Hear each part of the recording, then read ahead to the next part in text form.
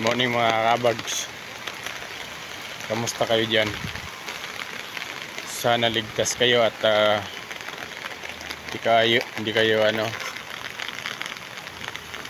binaha ng gusto.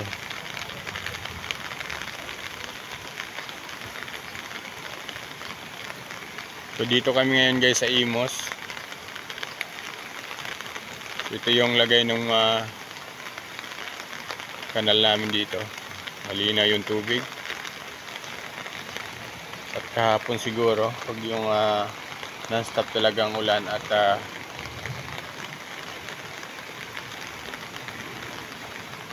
mo dinaanan niya. So itong tubig na to guys, galing to sa Tagaytay.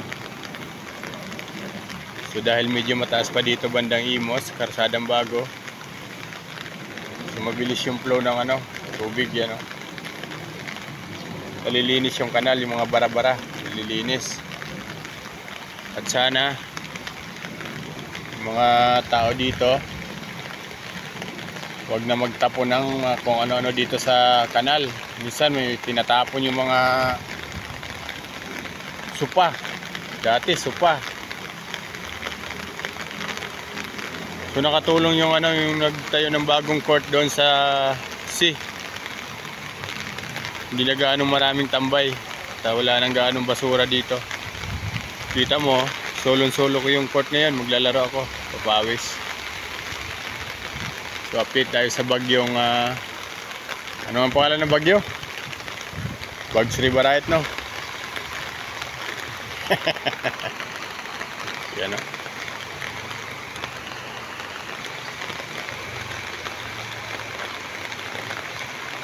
So kagabi guys, nagsundo ako doon sa Gahak. Ang baha na part yung binabagsakan ng tubig na to doon sa kabila kasi ginagawa pa yung kanal doon. Pero dito sa amin sa loob ng subdivision, ito yung kalagayan ng dito kanal. Parang may ahas doon din. Puntahan nga natin. Yung bola ko waiting na.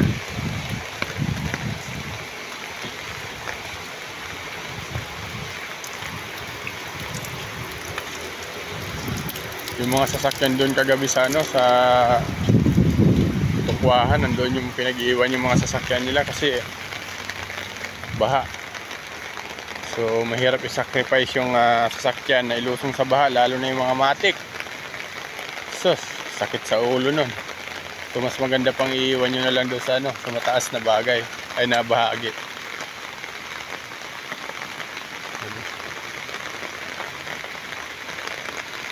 Dahon ng bili oh.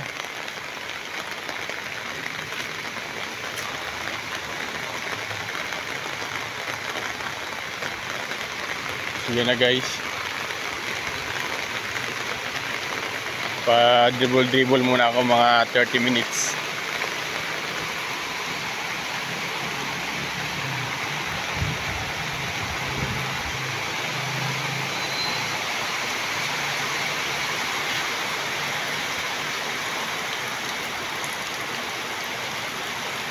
Madilim pa rin yung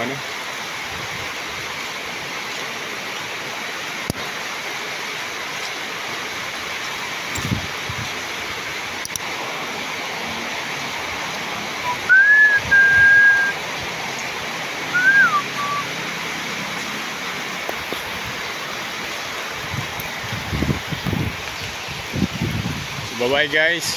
Dito lang muna update natin mga kabags.